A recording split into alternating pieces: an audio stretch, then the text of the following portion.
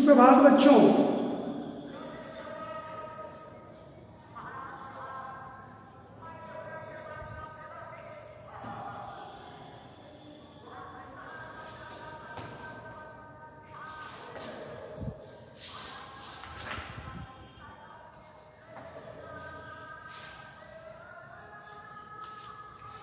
Internet के संदर्भ में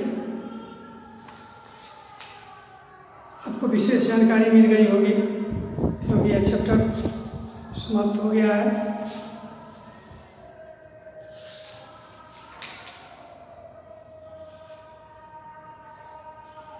अब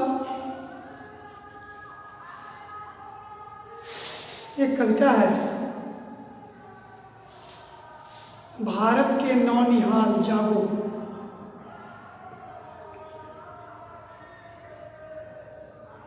नौनिहाल का मतलब होता है छोटे छोटे अबोध बच्चे। छोटे छोटे अबोध बच्चे, इसको नौनिहाल कहते हैं। तो कभी ऐसा क्यों कहा है कि भारत के नौनिहाल जागो, भारत के जवान जागो क्यों नहीं कहा? क्योंकि लड़ाई तो जवान लोग व्यक्ति करते हैं ना। ये छोटे छोटे बच्चे क्या कर लेंगे? तो यहाँ तो कवि का शीर्षक होना चाहिए, भारत के जवानों जागो। लेकिन यहाँ है भारत के नौनिहाल जागो।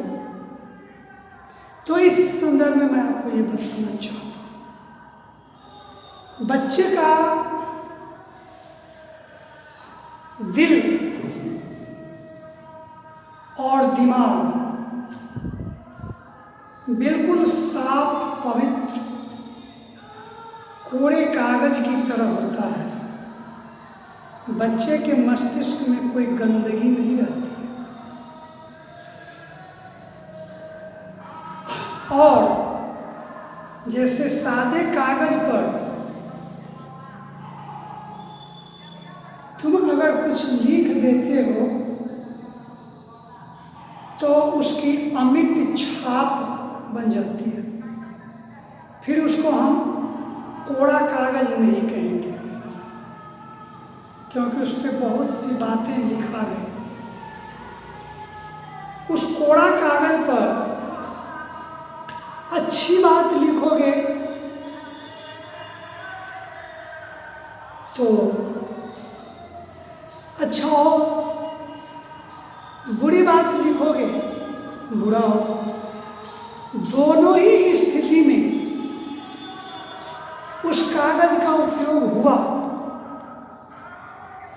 दोनों ही स्थिति में उस कागज का उपयोग हुआ। अब वह कोरा कागज नहीं रहा।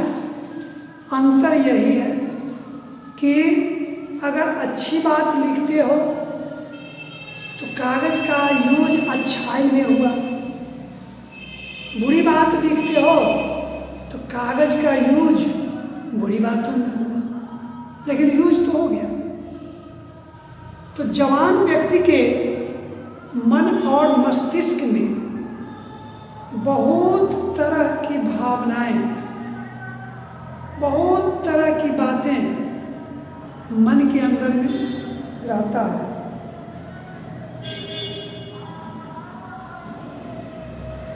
तो बूढ़े व्यक्ति को हम अगर कुछ शिक्षा देंगे तो हमें सफलता नहीं मिलेगी। लेकिन वही शिक्षा जब हम एक नौनिहाल को, छोटे बच्चे को, अबोध को देंगे तो हमको बहुत फायदा मिलेगा। हम अपने उद्देश्य में सफल होंगे, क्योंकि बुजुर्ग के मस्तिष्क में इतना ना गंदा संदा चीज भरा हुआ है। वो अपने गंदे विवेक से हमारे द्वारा बताए हुए चीज को हमेशा नेगेटिविटी में ही सोचेगा। जाति की भावना घुसी हुई है, कुछ में संप्रदाय की भावना घुसी हुई है। हम हिंदू हैं, हम मुसलमान हैं, हम सिख हैं, हम ईसाई हैं। तो इसीलिए भारत के जवानों जागो नहीं करके नौनिहाल जाओ। उन नौनिहालों को मैं जो शिक्षा दूंगा वो उसके दिमाग में अंकित होगा। जैसे बाजार से आप कोई एक बूढ़ा तोता खरीद लो, रात दिन उसको सीताराम सीताराम सिखाओ, क्या वह बोलेगा? नहीं बोलेगा। वो अपनी ही भाषा का प्रयोग करेगा। वही हाल जवान और बुजुर्ग में है। रात दिन तुम उसको अच्छी बात बताओ, लेकिन उसके मानस पटल पर अंकित नहीं होगा। वो अपनी राग अपने डफली को ही बजाता रहेगा। लेकिन अगर तुम तोता के बच्चा को ले आते हो और उसको सीताराम सीताराम सिखाना शुरू करते हो, तो एक समय आएगा कि वह अपने मुखारविंद से सुंदर शब्दों में सीताराम सीताराम कहेगा, तुमको सुनाएगा और तुम्हारा मन को प्रफुल्लित करेगा, प्रफुल्लित करेगा। वही बात है नौनिहालों में। छोटे नौनिहाल जिनका मस्तिष्क कोरे कागज की तरह होता है, उसको जब हम कोई चीज़ सिखाएंगे तो वह शीघ्र सीख लेगा और ऐसा अंकित होगा कि वह मिट नहीं सकता है।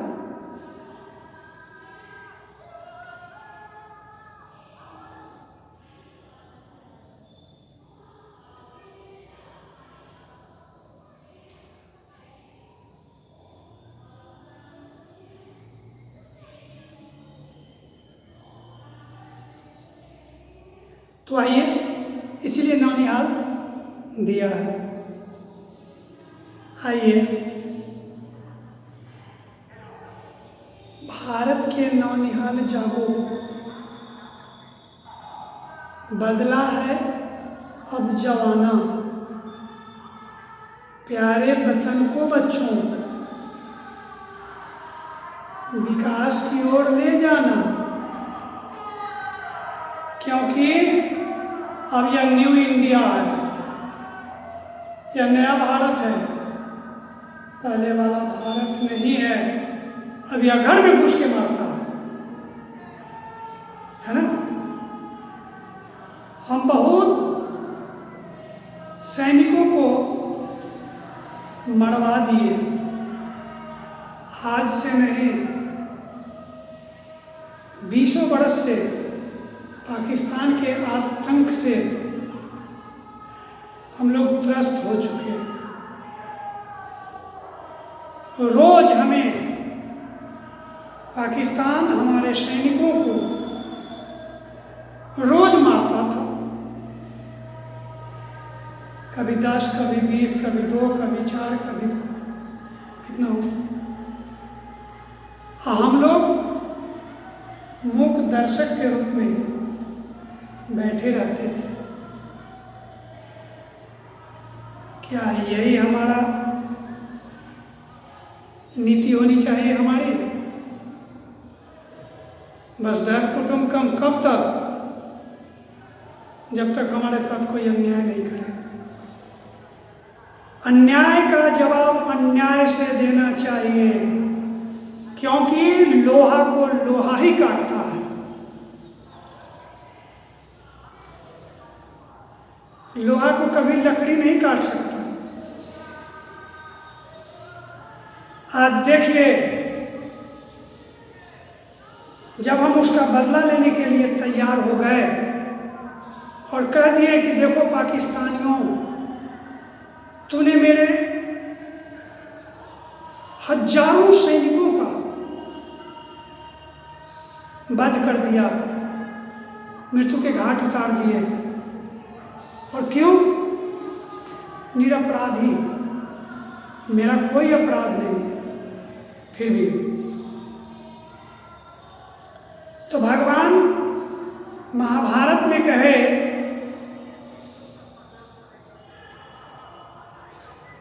जब पांडव की ओर से संदेश लेकर के भगवान श्री कृष्ण कौरवों के पास गए थे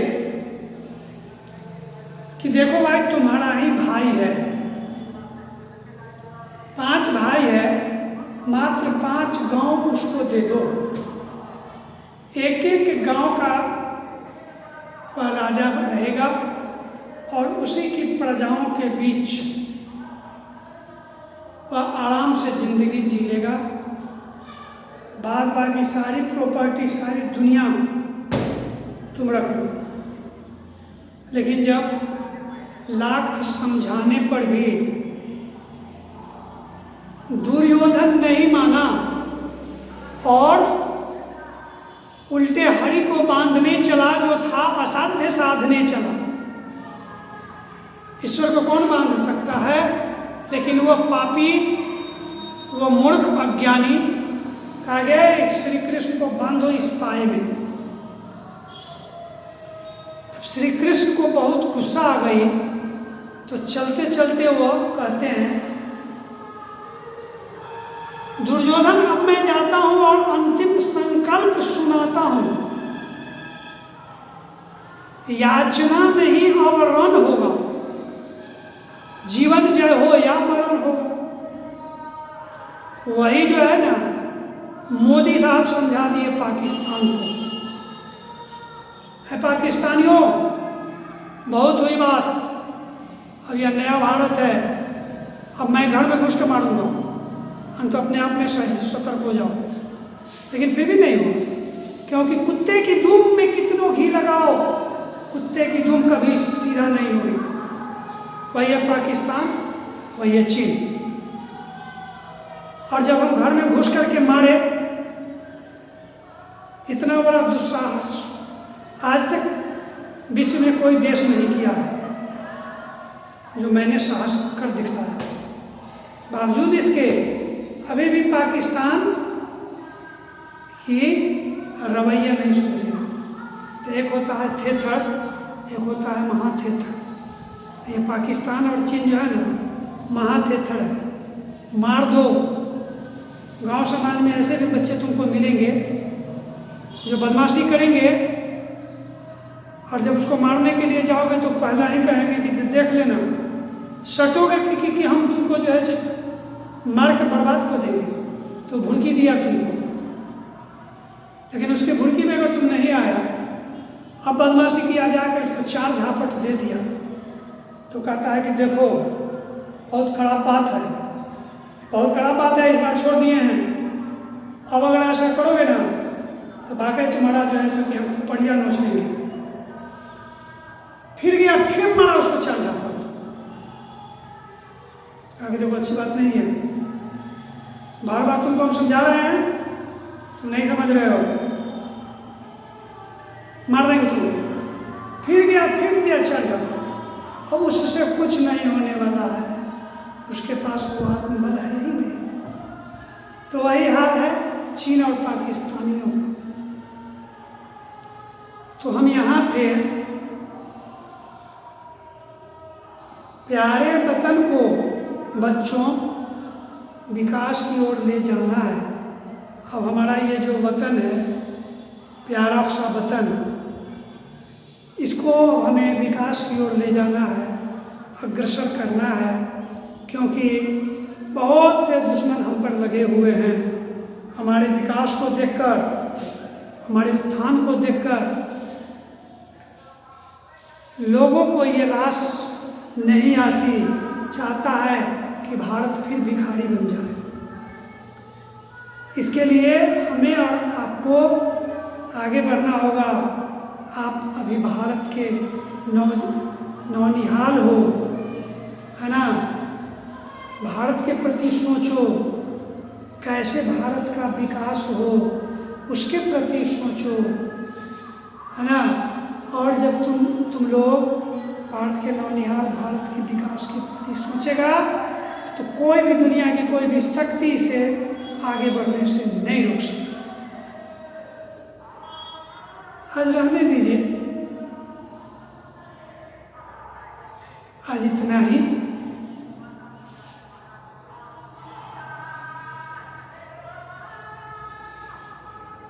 क्योंकि ये तो 10वां पार्ट हो ही गया।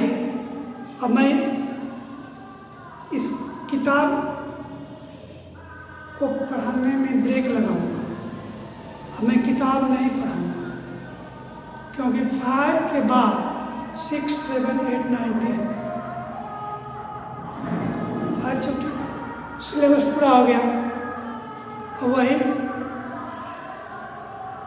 व्याकरण वगैरह पढ़ाऊंगा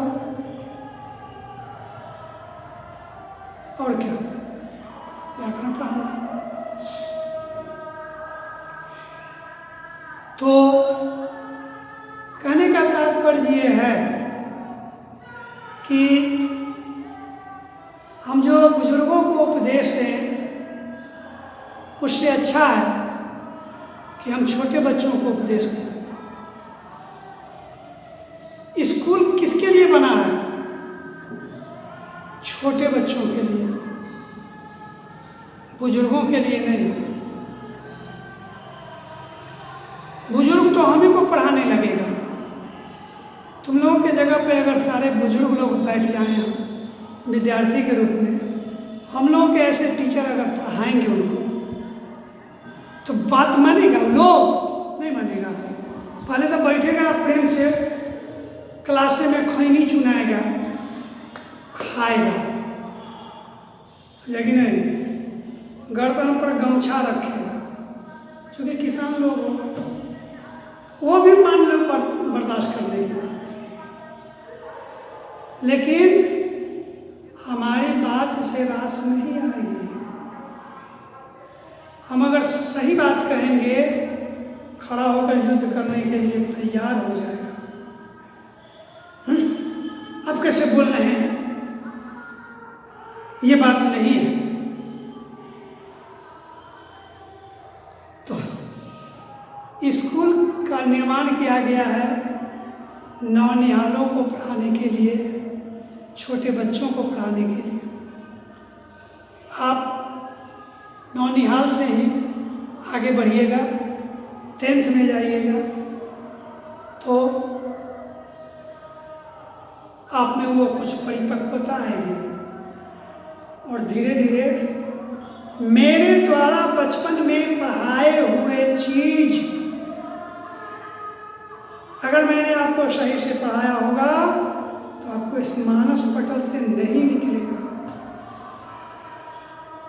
तो ठीक है, बहुत बहुत धन्यवाद आप लोगों को। आज की पढ़ाई बस यहीं पे समाप्त की जाती है। धन्यवाद।